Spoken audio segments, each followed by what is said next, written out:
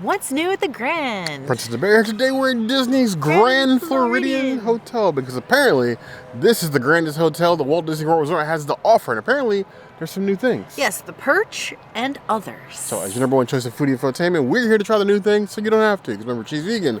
I'm not. I wonder if I could wear a white roof on my head too. It's time to foodie and chill.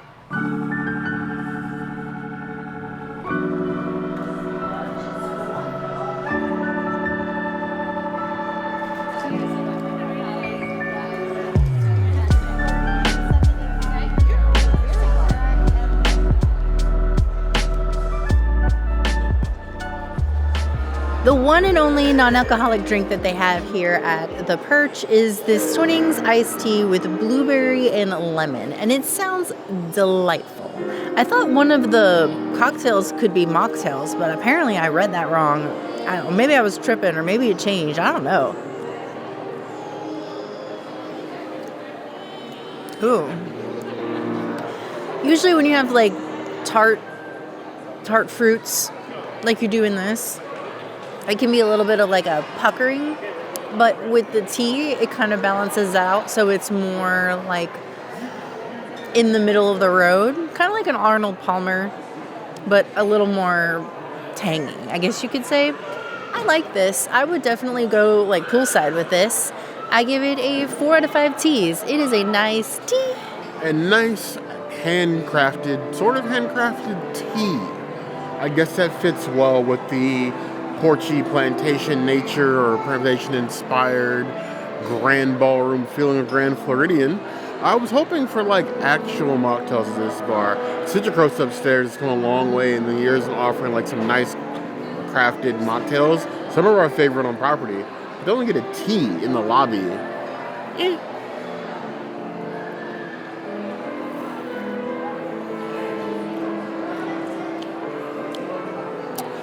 I do declare. I feel like I need a nice wide brim hat, a fan, maybe like a wicker basket chair to be fanning myself as I consume this beverage. I don't feel quite Floridian enough to be drinking this. It's definitely giving me old Floridian house vibes, but it actually tastes quite good. I give it 4 out of 5 claws.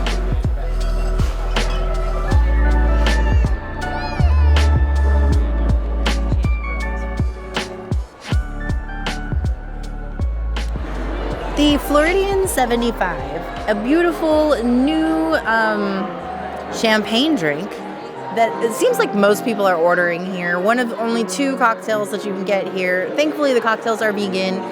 It is not a full bar. It is just beer and wine, and then these selected ones for now.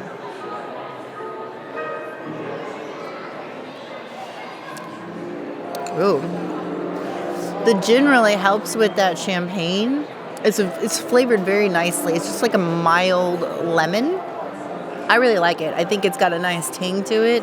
If you like what almost tastes like freshly squeezed, you're going to love this. I would give this a 4.5 out of 5 75s. It feels almost like you're drinking from like a bird feeder, like a mockingbird or some other sort of bird would drink up. It's giving me vibes of the drinks we had during the Wish mixology experience, because this is a tall stemmed boy. It's either that or it's supposed to be a flower. I can't really tell, but Floridian 75 gin and champagne feels fancy enough. Maybe I'm underdressed.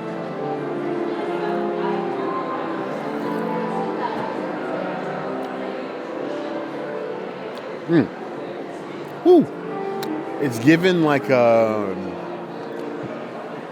carbonated alcoholic lemonade, like one of those that have become very popular in like grocery stores. It's given that vibe, but like fancier. You're definitely getting the champagne and a little bite from the gin, but they're not like competing with each other. It actually works quite well as like a nice lobby cocktail. I don't know how I feel about this bar yet. I feel like I was excited for it, don't get me wrong, and I'm still excited, but I'm feeling like it doesn't exactly make the best use of the lobby. I feel like the entire lobby has now turned into a lounge, which is great. I don't know my way either. But like, I feel like there's nowhere for people coming in to wait for their hotel to check in to sit now. It's already crowded in this bar during the holidays, and now or lobby during the holidays. Now I feel like it's gonna be crowded all the time. The drink, however, is good. That's a 4.25 out of 5 claws. How I rate the lobby, though. 3.75 out of 5 claws. It's updated. It feels more modern, but I'm not really sure it's a good thing. With confit.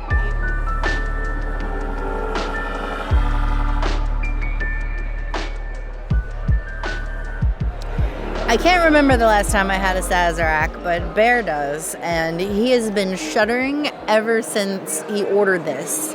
Because it's a new menu item, obviously, we're going to have to try it for you guys, but just know, some sacrifices are being made.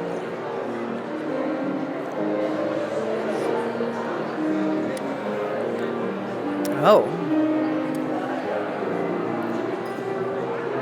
Oh.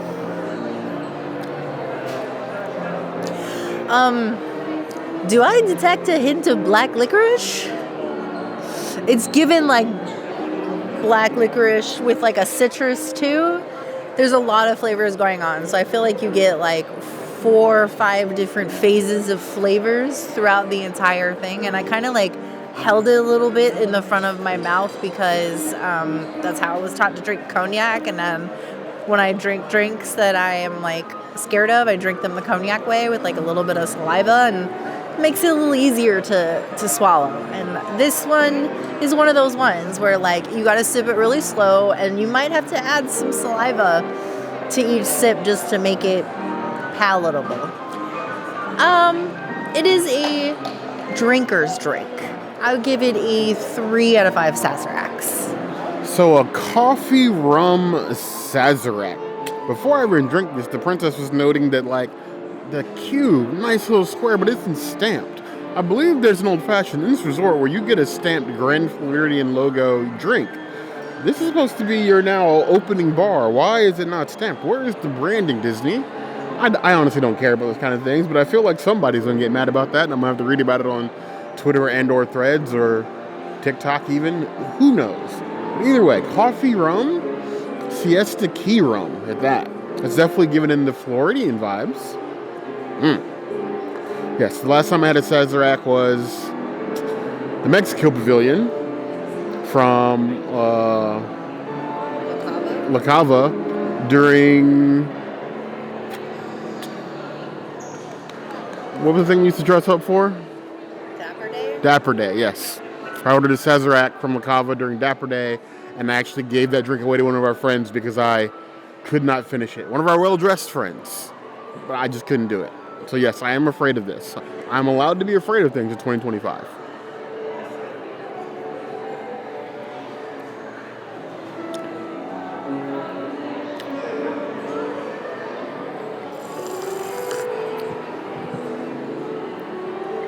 I fear my fears may have been a little bit unfounded because this is a vibe. I like this.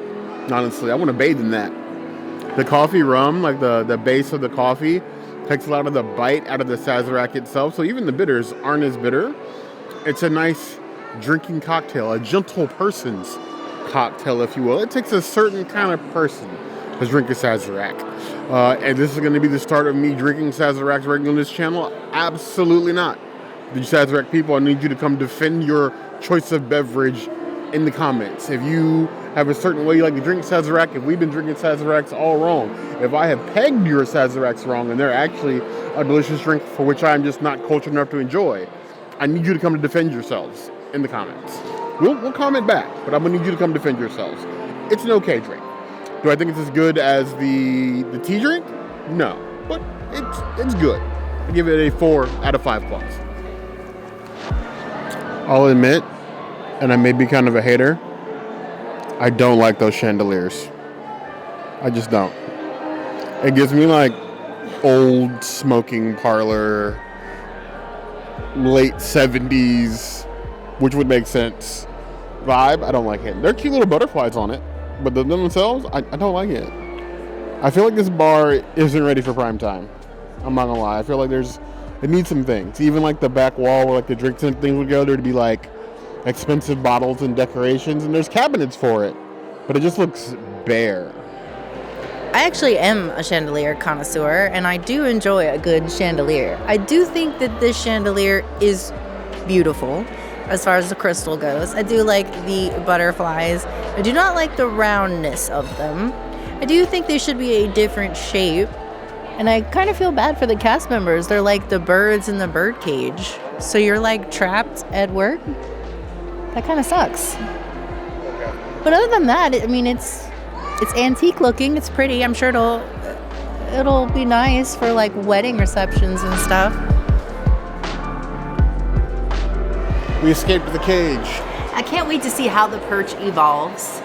It's a great start, I think. I think it still needs some things, but the people are happy. Yeah. The lobby is lively. Yeah. I like the carpet. Now let's head to the next place.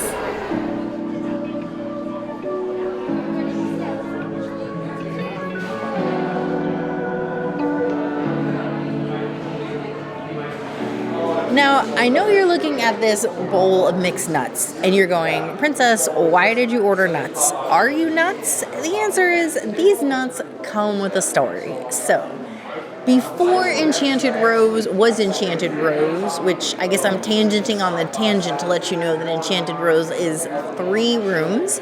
One is Beauty and the Beast, then we have Sleeping Beauty, which is the room we're in currently, my favorite Disney animated movie, and then Alice themed outside.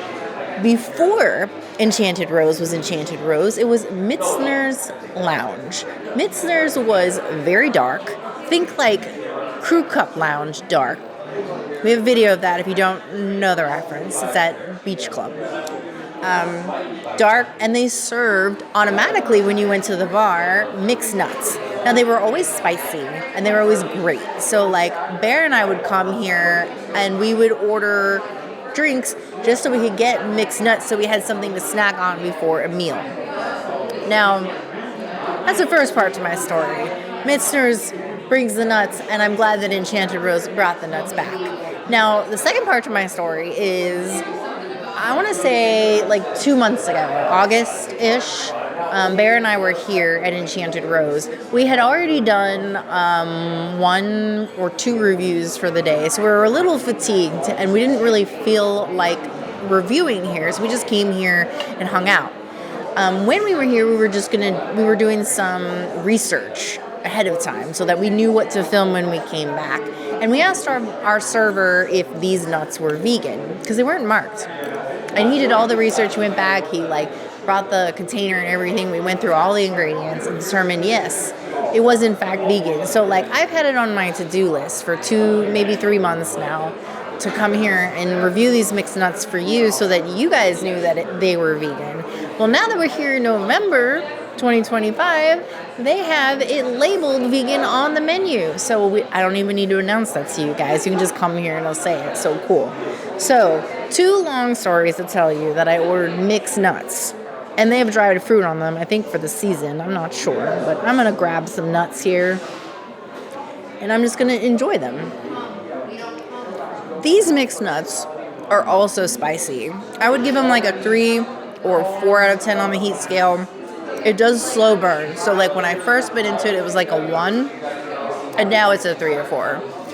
If you get some dried cranberry in there, it's going to help balance that out. So then you won't have just spicy and sweet. You'll have, like I said, balance.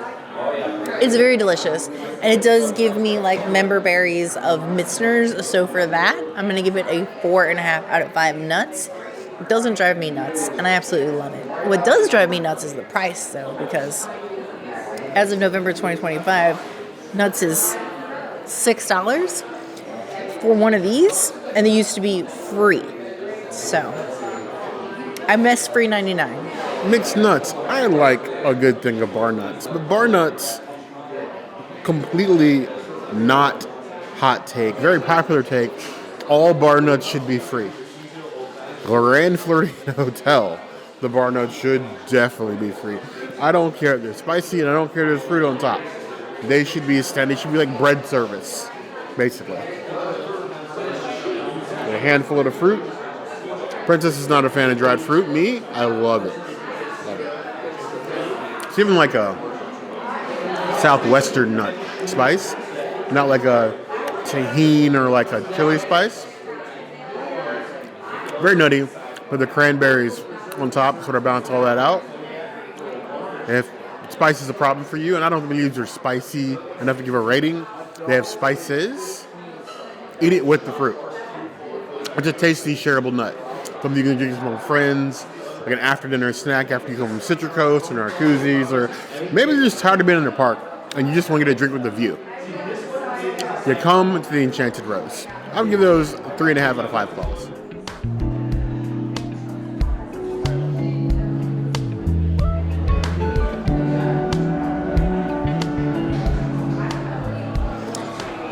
When in doubt, hummus your life. We have a beautiful red pepper hummus. There's supposed to be a tapenade on here. I'm assuming that's over here on the side. We have some micro cilantro, olive oil, beautiful chickpeas. I'm just going to destroy the jam. Ooh, not taking the greens though. This is a messy bite. I don't think I should put all this in my mouth, but I guess I commit my mistakes. One thing's for sure, I absolutely adore the char on the pita. It is fabulous. And the red pepper hummus is nice, but the oil, like there's, you know how like when you make hummus from scratch, or maybe you don't make hummus from scratch, but you order hummus and they put olive oil on top of it. This one has that, but it is so lemony. I don't understand. Like, nothing on the menu. I double-checked the menu like 3 times. Nothing on there indicates anything lemon. But boy, is this lemony. This is a sour hummus. And not, sour isn't bad, but sour isn't lemony. Very odd. I don't know what to think about that, but I do enjoy it. So I'm going to give it a 4 out of 5 for inventiveness. It's getting me to think. So even though it's just your basic red pepper hummus that is very ho-hum, I guess it's avant-garde in a weird way because it's getting me to think about hummus differently. I complain a lot about hummus being the option for the princess at a lot of lounges. I suppose if you're going to give her hummus, a lounge makes sense. Hummus and dippings, it's basically lounge food. It's when her option are hummus at like a table service restaurant. That is when I get annoyed because that feels like you're just like passing the buck to the chickpeas, if you will.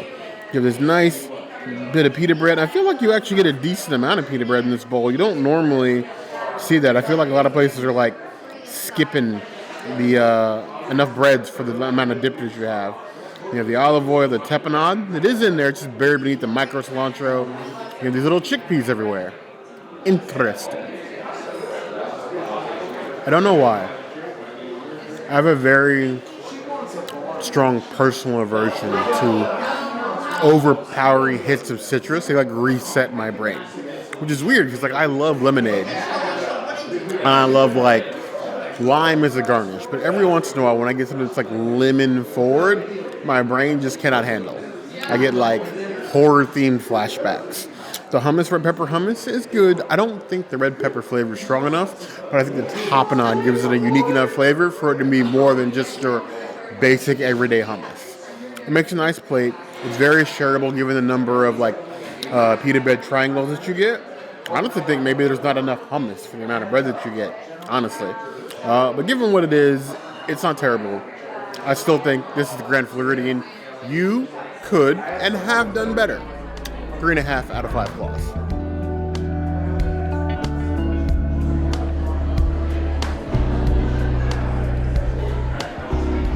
So I ordered a charcuterie.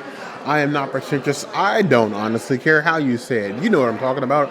It's an adult Lunchable. But here at Enchanted Rose, they have it traditional style.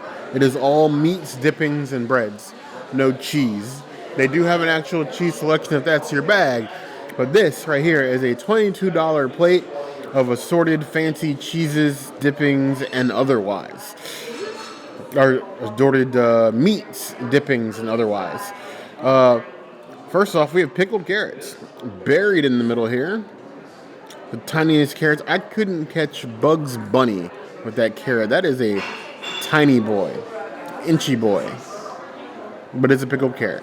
and I do love my carrots. So, what's up, Doc? Lightly pickled. No, it's pickled. I was like, not a pickle. It's like pickle and a third. You know? Third of a pickle.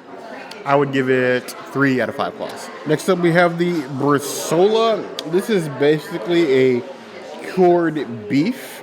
I've had this once before on this channel.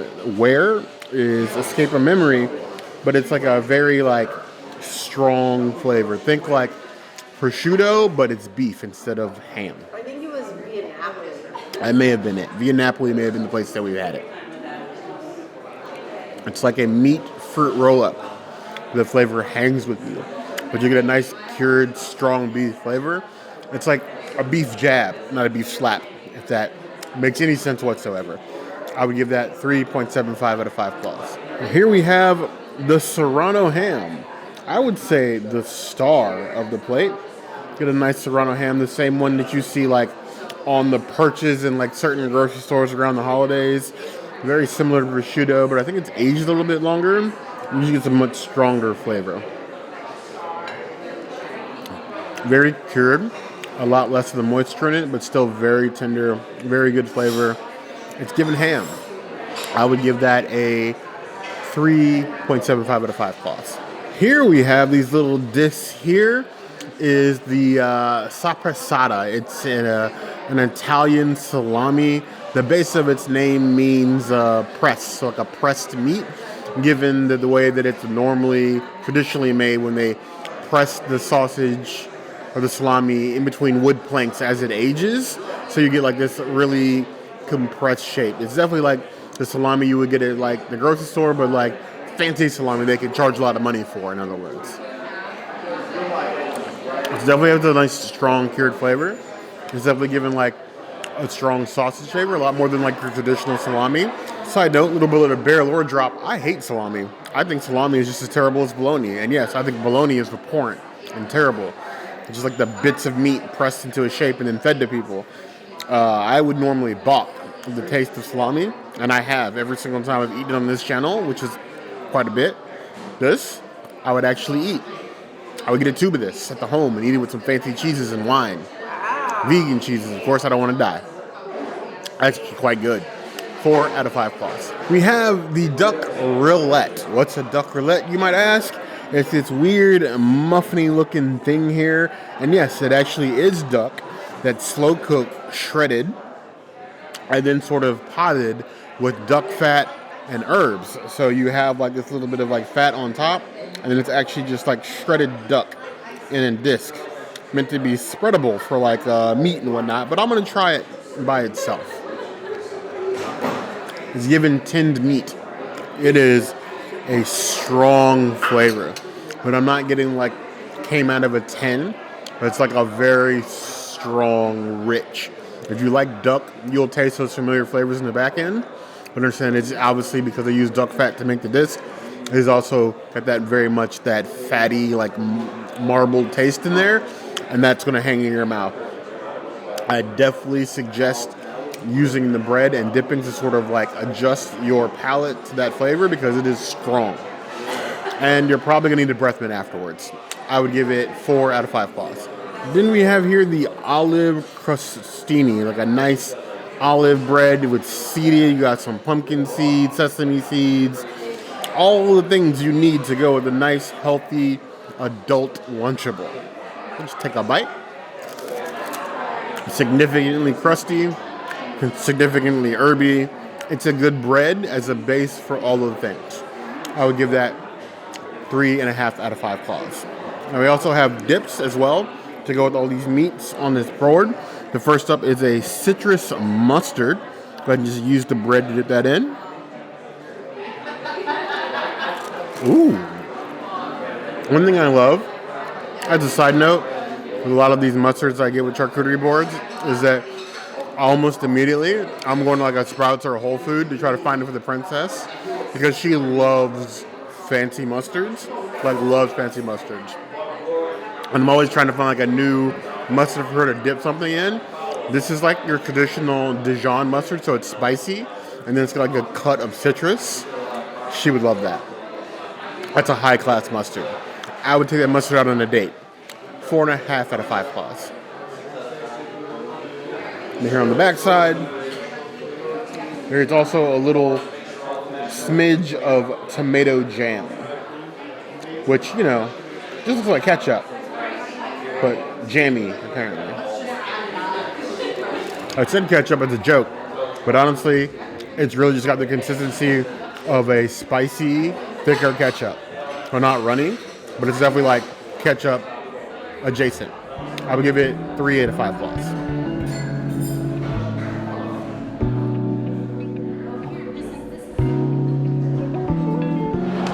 It's odd, after all this time, I still find Enchanted Rose enchanting.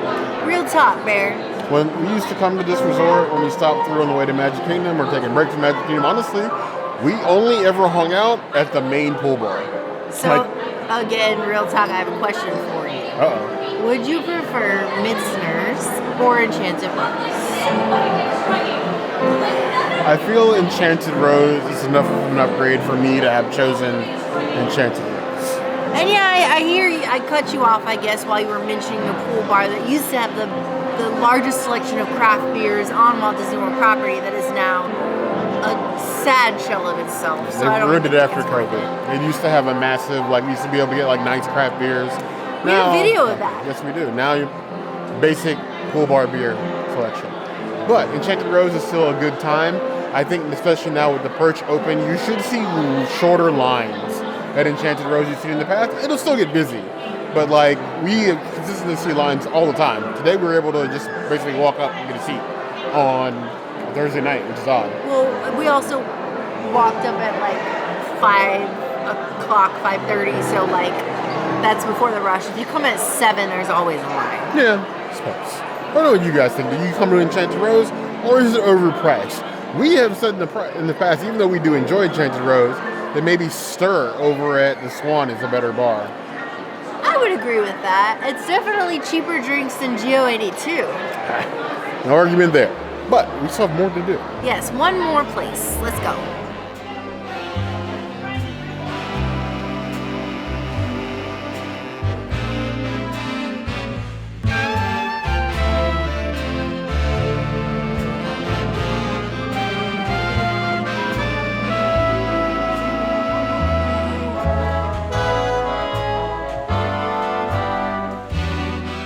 Somebody has illusions of grandeur because they gave it us a Let It Snow here in Florida.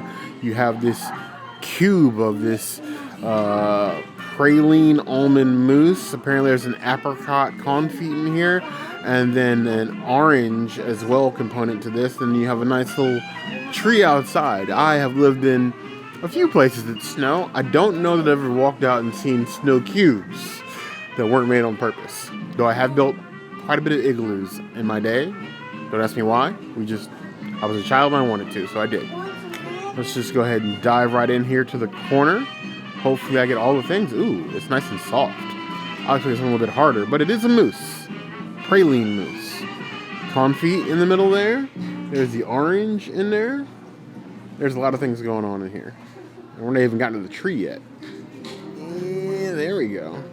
Beautimus. As a foodie, that is something I would consider to be challenging. The almond praline mousse, it's nice, but the outside has this weird sort of like gelée sort of consistency, given like that gelée tart that we got in Morocco a couple years ago that I compared to like a window cling, but not as thick as that. And then you get that hit of orange and the apricot, which go well together. It's like a fruit mixture on the inside. The texture, though, is a little off-putting. The flavor's not bad. It's strange. Apricot, orange, and then almond praline. There's a lot going on. And you can taste all the flavors. I just don't know if they compact well. I wouldn't make a snowball out of these. That's what I'm saying. I would give it 3.5 out of 5 balls.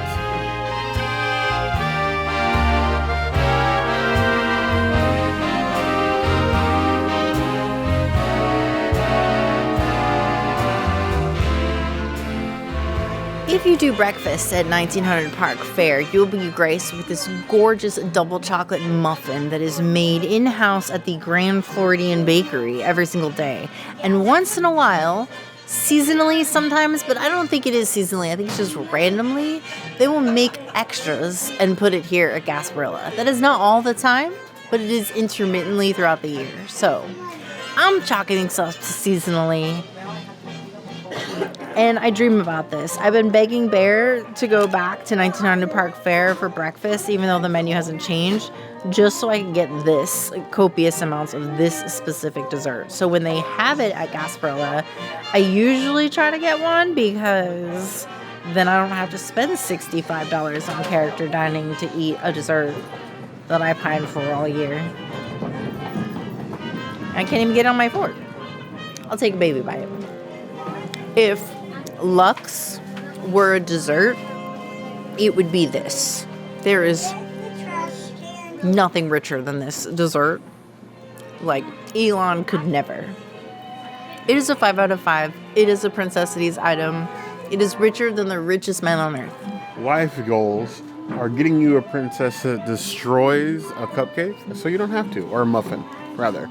But double chocolate, the chocolate, you got the nice little crumb topping, and this deep chocolate muffin.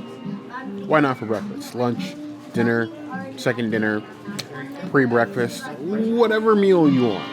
Get you a muffin. Everything about this muffin screams cupcake, except for the actual construction execution of said muffin. Muffin and execution and shape only, but the richness of the flavor is definitely given Scrooge McDuck used his copious amounts of money to create a muffin cupcake hybrid, and here we are, doubling down, if you will. I'll give that 4.25 out of 5 balls.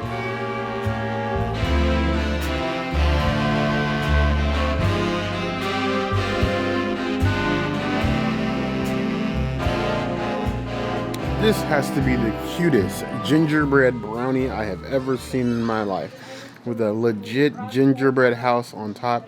Given the vibes of the gingerbread house they build in the Grand Floridian lobby and also at select resorts around Walt Disney World, it even got a little not so hidden Mickey here on the top here, like that.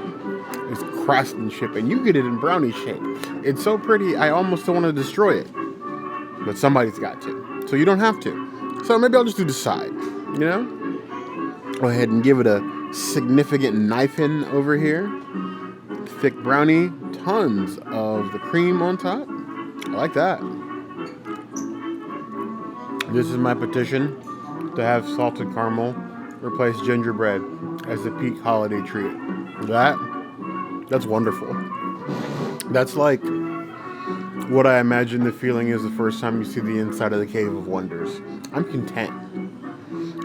It's rich, it's delicious, it's smooth, it's moist. The salted caramel, it's like just enough salt, just enough caramel. Everything in balance, as it should be. That's a tasty dessert. I'm not a dessert person, but I like that dessert. I would do 5 of these easily. And then go and pass out in the sugar cone out in the walkway somewhere. But still, 4.75 out of 5 plus. Is this the new Grand Floridian gingerbread for the season? This might be the new Grand Floridian gingerbread of the season, especially since you're not getting a gingerbread house this year. Honestly, it's been a grand night at the Grand Floridian. I've enjoyed our Grand Circle tour around the Grand Floridian main building. Though we did not go to Citricos or Narcoossee's, we had an amazing time. Yes. I agree. And I think the Perch is perchin'. The Perch, I think, is a worthy addition to the resort. I have some feelings about it, but I don't think that it's a bad addition. I just think that it has room to improve, which is fine. There's plenty of space in the lobby for it to do whatever it needs to do. I would say if you're going to do pre-drinks for Victoria and Albert's, you should go to Enchanted Rose. If you're going to do pre-drinks for anywhere else outside of Victoria and Albert's, just go to the Perch. I think that's fair enough. But we had a great time hanging out here at the Grand Floridian in the lap of the Disney luxury.